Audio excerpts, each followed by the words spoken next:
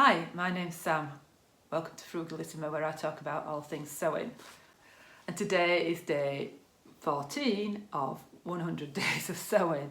And this is where I talk about sewing on a budget and inspiring people to either start sewing and giving hints and tips along the way. Or, you know, if you're experienced as well, there's lots to learn. Every day in sewing is a learning day. I will be filming these videos Monday to Friday for the next 100 days. So thank you to everyone who's already subscribed, and please consider liking and subscribing this video if this is the sort of thing that you would like to see and hear for the next 100 days or so.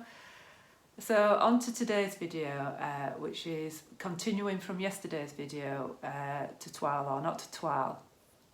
Where I discussed why I like to do a toile if at all possible. This is for people who really don't like making a toile. It is, you know, it's an extra step in your sewing, and I know sometimes you just want to crack on and get on with it. What I would say about toiling is, yes, it is an extra step, and it can take a bit of time. When I've actually made what I would describe as a true toile, as in just to sew something up very quickly to see whether it fits or not, it takes half an hour. It really doesn't take a long time at all. It obviously takes longer to do a wearable toile because, as I described yesterday, I usually finish the garment off completely. It takes less time to sew up a very quick fit toile than it does to sew up a garment completely and unpick it. So it depends on where you come from. I often make a wearable toile in a fabric that hasn't cost me a lot of money.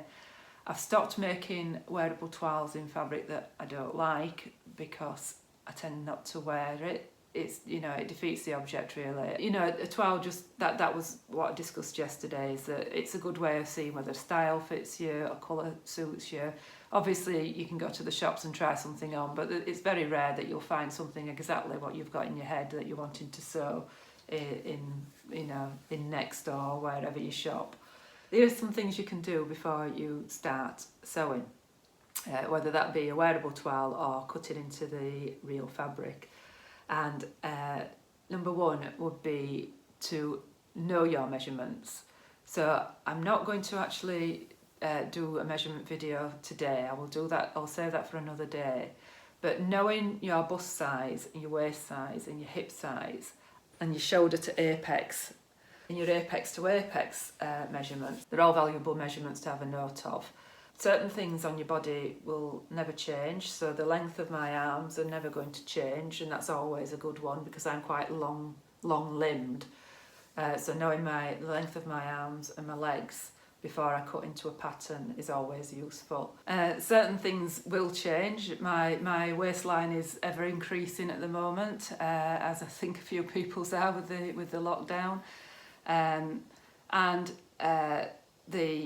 my shoulder to apex will change as well. So I keep my measurements by my sewing table, and I tend to re-measure myself every so often as well. So not every time I sew, certainly not every week or every month, but maybe every 6 months, or if I feel like I've gained a little bit of weight, and I put a date next to that as well, so that I know when those measurements have been taken.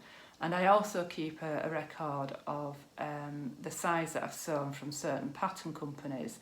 So if I've sewn with McCalls, and I know that I've sewn a 14 bodice but a 16 waist, it's something that I can check back on when I'm measuring. So if I'm suddenly a size 18, it would be unusual, and that's because pattern companies have a fit model. So yeah, knowing your bust size and your upper bust size as well, they're all useful measurements to have. You don't need every single measurement to make every garment. Just knowing those measurements are quite useful. Sometimes if you're doing something with sleeves, your upper arm measurement as well, your bicep measurements, useful to have.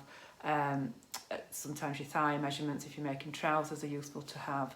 But just to start off with, the most useful ones are your bust, your upper bust, your waist, your hips, and this shoulder to apex and apex to apex, so that you're getting bust arcs in the correct place. And the other one is your height. Your height rarely changes. As you get older, you might get an inch or two smaller, but that's something that's usually constant. And knowing the height of the fit model that the pattern company has used is also useful information. So I believe Toile and the Buttons uses a fitting model of 5'5" to 5'6", whereas the Breaking the Pattern book, which is one of my favourite books and one that I don't have to make a lot of adjustments for, you can see there on their sizing page, hopefully you can see that, it's designed for somebody who's 172 centimetres or 5'8", which is my height. Now, the other little quirk of when you start sewing, and something that you're probably completely unaware of until you do start sewing, is I might be 5'8", you might be 5'8", your next door neighbour might be 5'8", but we still might need different adjustments, and that's because you could have your height either in your legs or your body or both. So sometimes I have to make an adjustment in the bodice. So over it patterns, I usually have to put at least an inch, maybe 2 inches on the bodice, because of the fit model that they've used.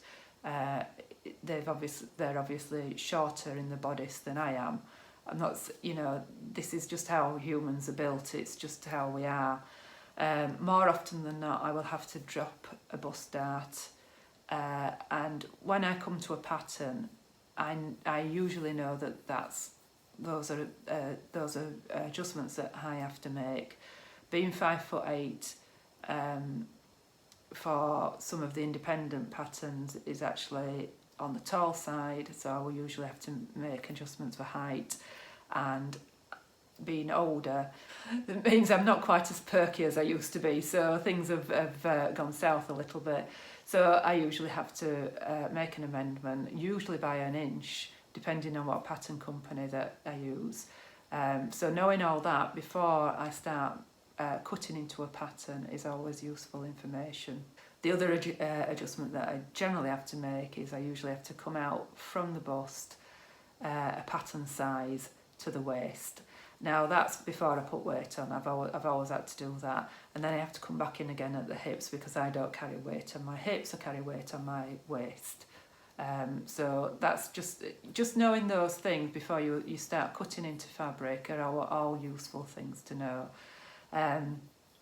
So where to find this information? Well, usually with the independent pattern companies, they are much better at giving you this information. So if you've learned to sew with Sew Over It or Toile and the Buttons, that information is usually quite readily available either on the website or in their books. Couldn't find Toile's in one of the books that I looked at for the height. I had to actually find that online. This Breaking the Pattern book is great for all that information. There is a size chart in here at the beginning, and then the size charts for the finished measurements are also on each individual pattern, as they are in the Great British Sewing Bee books. The height that they've been drafted for, I think, is 5'7" or 5'6" in those ones. I'll put it underneath. But yeah, in the books and the independent patterns, they're generally much better. It's much easier to access that information. In the Big Four, I've just grabbed this McCalls pattern because I had it out. That information sometimes takes quite a bit of finding. What you'll find on the pattern envelope, sometimes on the flap up here, is your body measurements, and those are your actual body measurements. And then you'll have the finished garment measurements will be on the back of the envelope here. But as you can see there, it's only giving me a finished bust measurement and not a finished waist measurement. And that's when things start getting fun. this has got a full skirt on it, so the hip measurement's probably not as important, not for me. It's got sleeves on it, so for some people the bicep measurement could be important. I made it with a sleeve, and you have to actually open the pattern and find those measurements actually on the pattern. So I'm going to cut to a piece of video now to show you where that information is and what to do with it once you find it.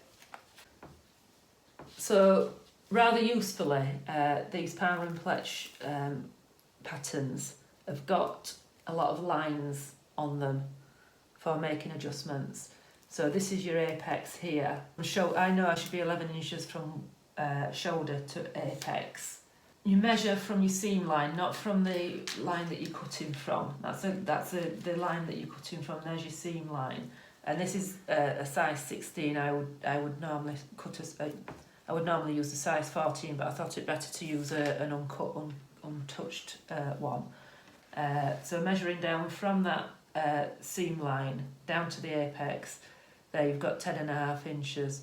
So ideally I should be coming down a little bit, but I can adjust that by 1/2 inch, and I can probably, you can see that that's going to point in the wrong place, so I would need to drop this waist down by about 1/2 inch, but you can make that adjustment on there without doing too much trouble. And same for the waistline on something that's got a vertical bust out like this. You won't have such a big bust out on these because it's been spread between these two. The ease has been spread between these two. So you can actually make this a little bit narrower if you need some more room in the waist. So this is telling me that a size 16 has got a 32.5 inch finished waistline there. My waist is usually 32 inch, so I would probably give myself a little bit extra wiggle room, just simply because you don't want it to be too tight fitting, and that's your finished waist measurement. So here's a sleeve pattern. I've cut a size 14 for this, and it's telling me here that a size 14 is going to give me a 33 centimetre width sleeve.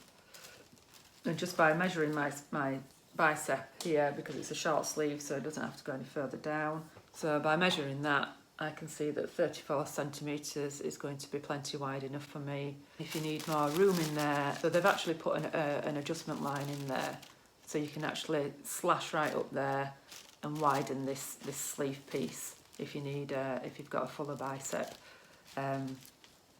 So that's where you find it for the sleeve.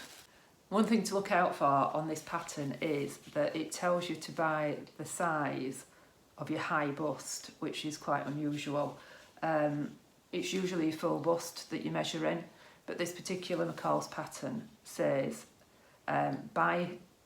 first buy the right size, which is all on the inside of the pattern packet, so I don't know how you're supposed to do that.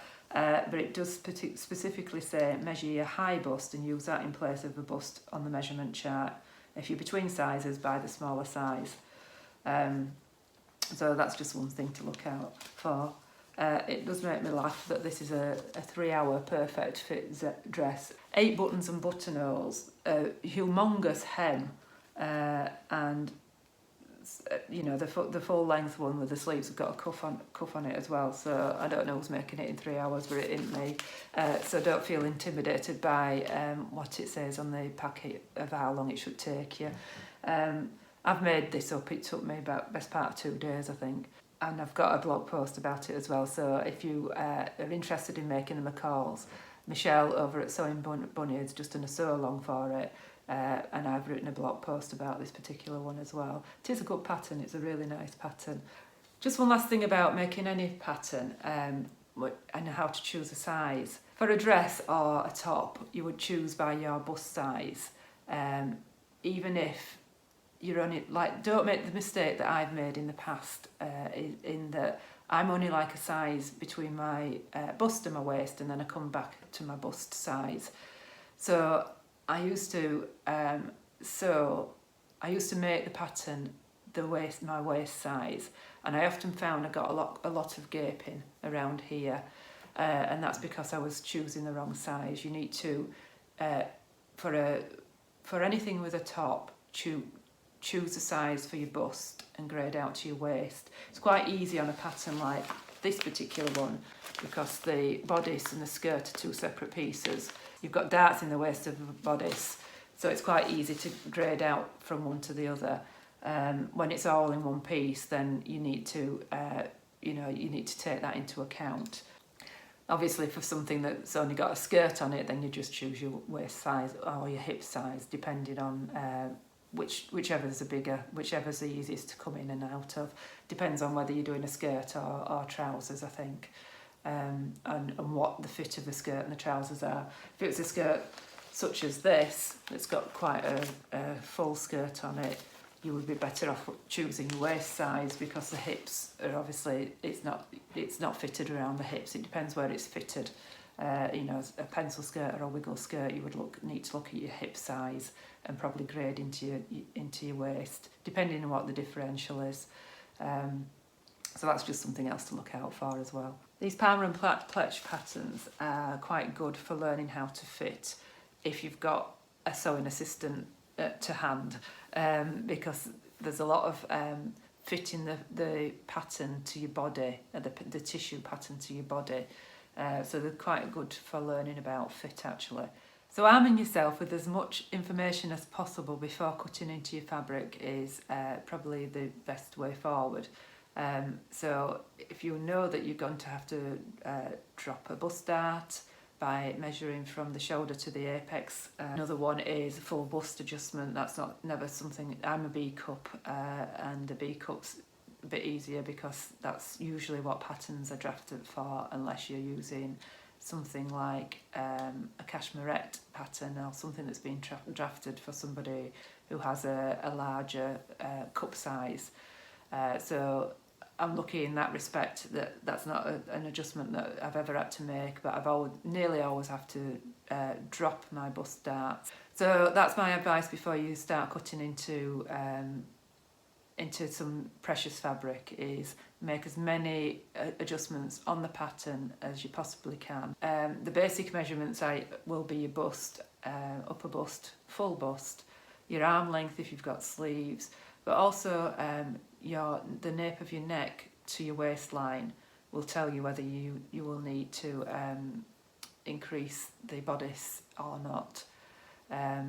And just reading the size information, if you've got a book that you'll only need to read it once, and all the size information will be there.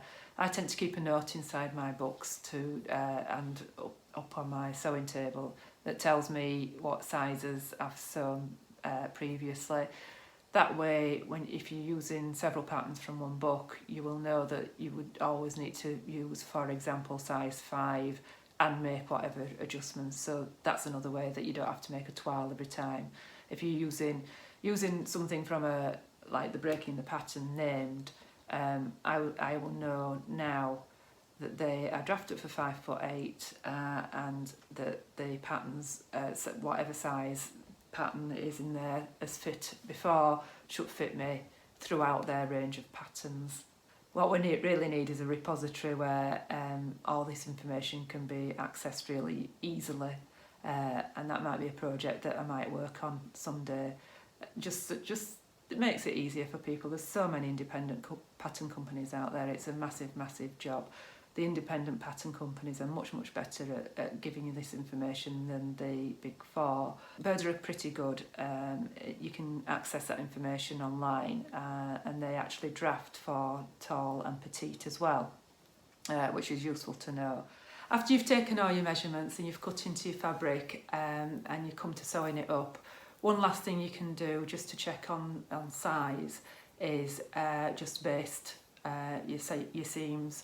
If you're not 100% sure that it's going to fit, you can just baste your seams together, which just means that you're sewing it on a longer stitch, and if it fits then you can sew it up and finish your seams as well. So I wouldn't advise sewing everything up and then finishing your seams and then trying it on. Try as you go, and that way you'll see whether it's going to your garment's going to fit or not. So that's just one way. Or, you know, you can just wing it.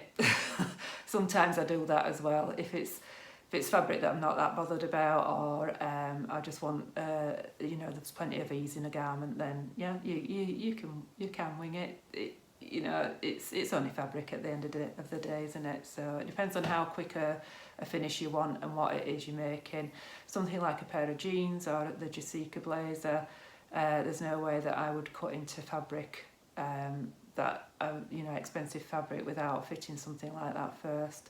The sew along for the Mandy Boat tee that I made before, something like that that's reasonably loose fitting, although it is quite tight on the arms, is that one. You can just wing it for something like that. It's jersey, it's usually got a lot more forgiveness in it. If at the end of the day you get a garment that you know you've made and for whatever reason it doesn't fit or you don't love it, you can just wear it as PJs or just around the house. You don't have to, you know, fling it in a corner and sulk. It's every day's a learning day with sewing. So if all you've learned by not toiling something first is that you're better off toiling, then you know you've learned, haven't you? This bomber jacket that I made for the for when I was challenging myself to make something for the Great British Sewing Bee, I made this in fabric that, you know, I wasn't particularly bothered about. I learned a few techniques from it. Yes, it's kind of a waste of fabric, but it didn't cost me a lot of money. And I'll probably cut it up for something else along the line. I won't throw it away, and I'll try and rescue the zip from it so it's not wasted.